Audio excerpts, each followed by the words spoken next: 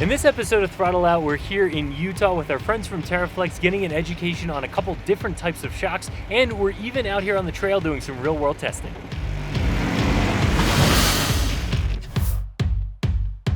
I'm Ryan from ExtremeTerrain.com, and in this video we're going to talk all about shocks. We are at Teraflex. This is the place to be to talk about shocks. I'm standing here with Paul. Paul, thanks so much for being with us. Paul did all the design on these Falcon shocks, and he knows these things inside and out. So the idea behind this video is really to explain the difference between different styles of shocks. You have a very simple, inexpensive shock all the way up to a much more complex, much more expensive shock.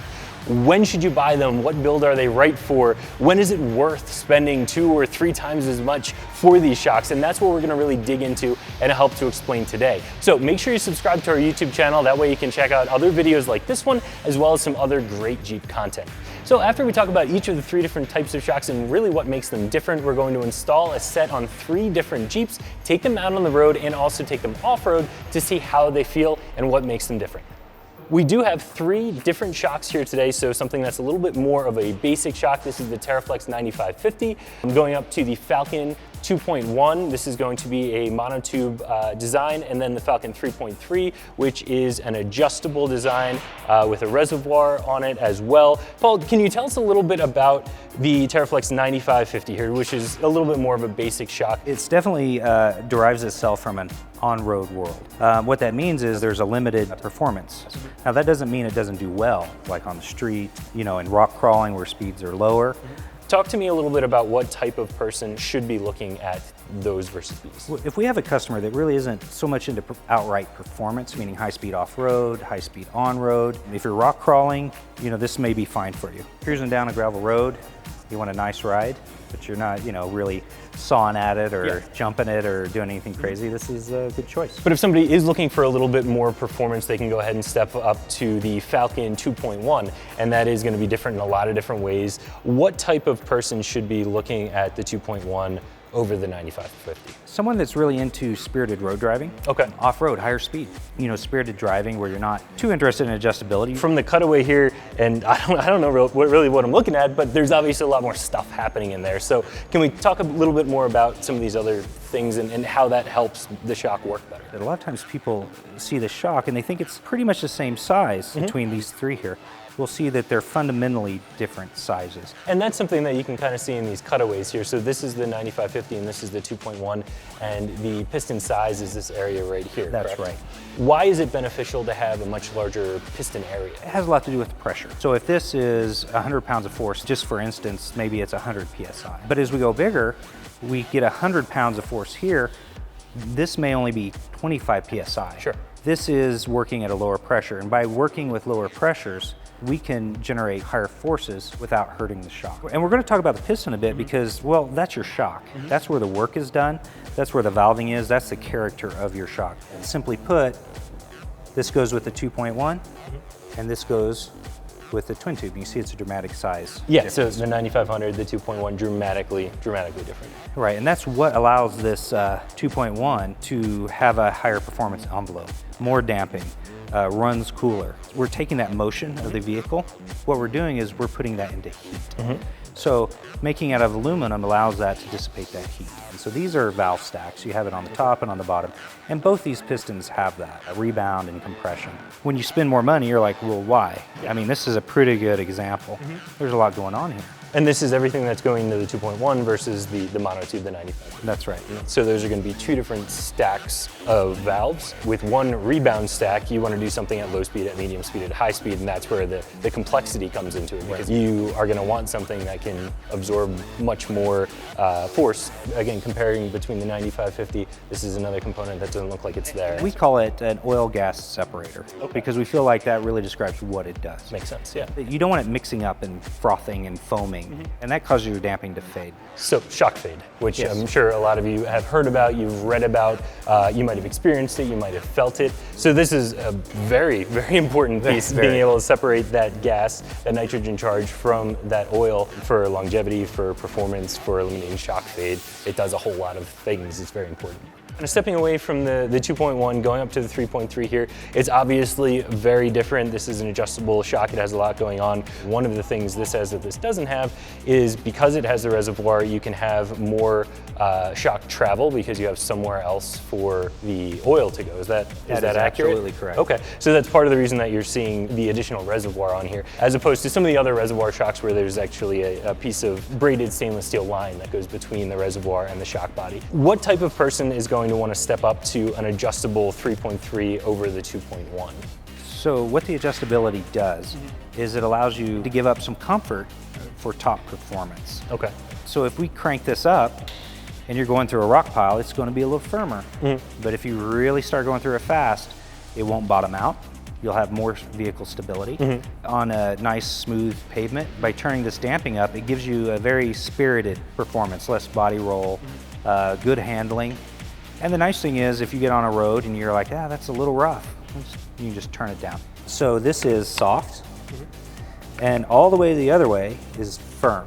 So right here it is customizable between soft and firm, depending on what you like. And then all you have to remember is, I want number 2, and you're done. Got it. You're obviously not changing how many of these valves are inside, or the thickness of the stack of valves. What are you actually doing when you're turning that knob then? So when it's in the wide open position, or 1, what we're doing is we have a base valve.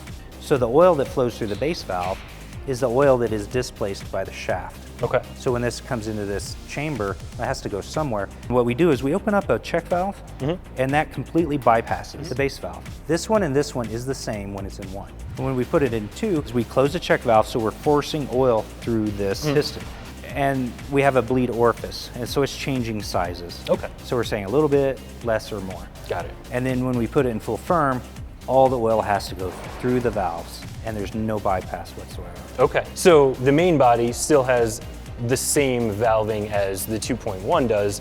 What is changing with the adjustability is this additional valve that's in the additional reservoir. That's right. Okay, so if you have the budget for it, if you want the adjustability, you want something that's very easy to adjust and very easy to use as well, I think this is gonna be an excellent option for you. But what we're actually gonna do now is put a set of each of these 3 shocks on 3 different Jeeps. We're gonna take them out first on the road and then off-road. So I'm really gonna be able to feel and help explain to you the difference in the real world between each of these 3 different shocks.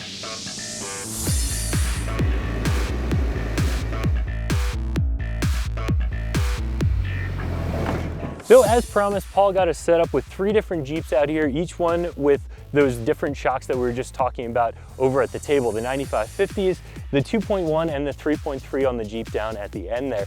So we can do some actual real world testing, and I can give you an idea of the different feel that you get from those different shocks. Now these Jeeps are a little bit different as far as the rest of the suspension setup goes as well.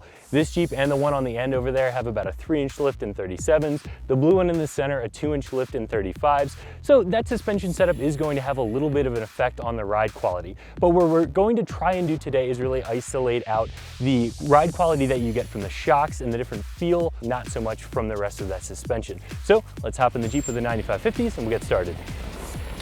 So this is going to be the first Jeep that we're driving off-road. This has the 9550s on it, and I was able to also drive this Jeep on the road on the way over here, and it does ride pretty comfortably. Honestly, I'm expecting the ride at slow speed off-road to be very similar to what I felt at slow speed on-road. It handles just fine. It feels pretty comfortable.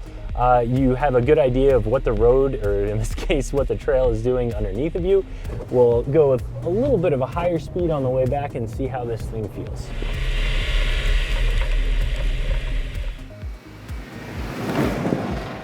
Honestly, it feels pretty good even at speed here, going about 30 miles an hour. There's some pretty good bumps, some pretty good whoops. So now what we're gonna do is switch off, jump into that Jeep with the 2.1s, and we'll be able to compare and see how that one feels.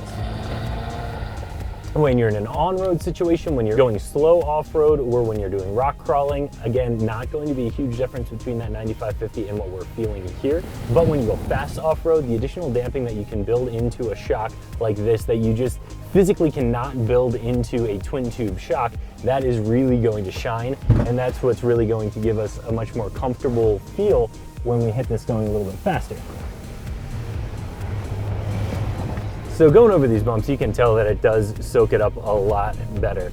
But going over these little washboards where you're feeling a little bit of back and forth happening, that will very quickly heat up a shock. And if you're running one of those dual tube shocks, you are going to end up with some sort of shock fade. But this big body shock is really going to dissipate that heat a lot better, and it's going to do a lot nicer job over time, even at those speeds. So definitely a big difference between the 9550 and what we just felt with that 2.1. This is the last Jeep that we're going to be driving off-road here today, and this has those Falcon 3.3 shocks on it. So this does have the adjustability, and what we're going to do is run it in all 3 different settings so we can really feel the difference. So these 3.3s are right now in adjustment 1, and that's going to make them feel very much like the 2.1s, like the non-adjustable shocks. And then as you go up to the 2 and to the 3, you're of course going to get a little bit stiffer. Now, where you want that stiffness is if you're doing a little bit more of a spirited driving style on the road, you want a little bit less body roll, that's going to give it to you. But also when you're doing some higher speed off-roading, you want a little bit more stiffness because that's actually going to give you a little bit more control over the vehicle. So going nice and slow like this, you can really be in whatever setting you want. You're not going to notice a huge difference going slow, but in one, you are getting that really soft feel. So hitting this with a little bit more speed on the way back, and it does feel very much like the 2.1s. It's pretty comfortable, it's pretty soft. It is a little bit floaty. When I do go around corners, I do feel a little bit of that body roll. Again, just like the 2.1s. I'm pointing it out again because I really want to be able to feel the difference and note the differences between this setting and setting 2 and setting 3. So now we're going to go ahead and switch these shocks to the number 2 setting. And in that setting, you do have a couple of different options. What this is set to is number 2.4 roughly. One of the really nice things about these Falcon shocks is how quick and easy it is. There's no tools necessary to do that. And this is definitely going to stiffen it up a little bit, giving us a little bit more control at high speed. So I'm going to hop in and give these ones a run.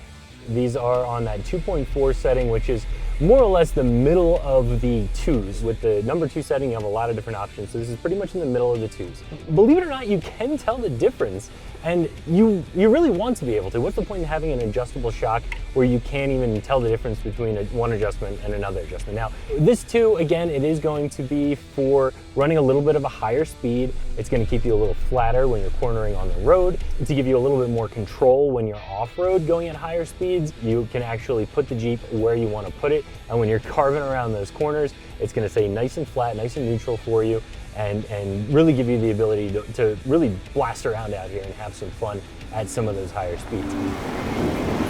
So you do feel it a little bit more. You feel the road a little bit more. You feel the trail.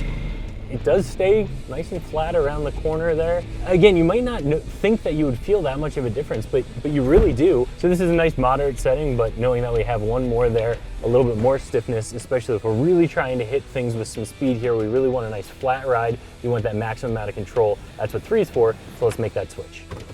So now we're going to go ahead and put all of these in setting 3. This is going to be the stiffest setting, so we're really going to be able to feel the road. When we're hitting speed, this is really going to help take a lot of that body roll out, and it is going to give us a lot of control going fast off-road.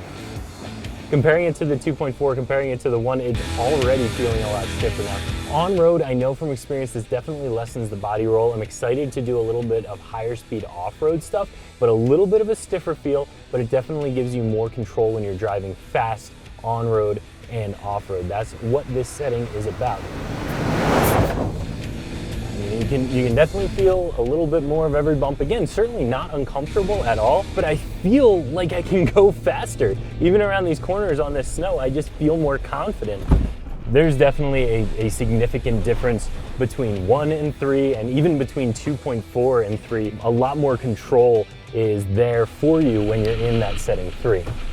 So we drove 3 different Jeeps with 3 different sets of shocks on them, and there was a big difference between all 3 of them.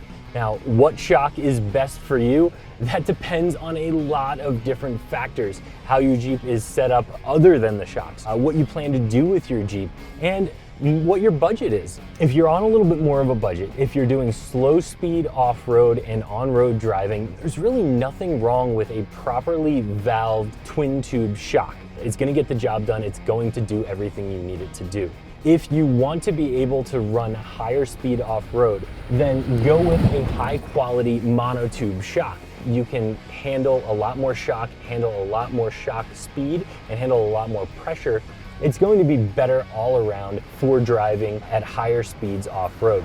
And if you are somebody who is looking for a shock that has maximum travel while still having a nice small compressed length, that's when you want to start looking into those reservoir shocks. Even if you're just doing slower speed off-road, reservoir shocks can still be beneficial because that reservoir allows for a longer stroke, for a longer travel shock, while still having a nice small compressed length. And when you step up to a reservoir that's also adjustable, it really does give you the best of both worlds. A long travel shock, a soft and comfortable shock if you want it, gives you the ability to go anywhere from right in the middle to a nice stiff and controlled ride that's going to give you maximum control when you're blasting around off-road, and also a nice level and controlled ride when you're on-road. So that's going to do it for this video where we compared a twin tube shock, a high quality monotube, and an adjustable shock with a reservoir. There are a lot of manufacturers out there making a lot of different shocks, but hopefully this information makes your next buying decision a little bit easier. I want to throw a big thank you out to Teraflex for letting us take a look at their facility and having us use their Jeeps out here to do this type of testing. Make sure you subscribe to our YouTube channel, that way you can check out other great Jeep videos like this one and the best Jeep content out there.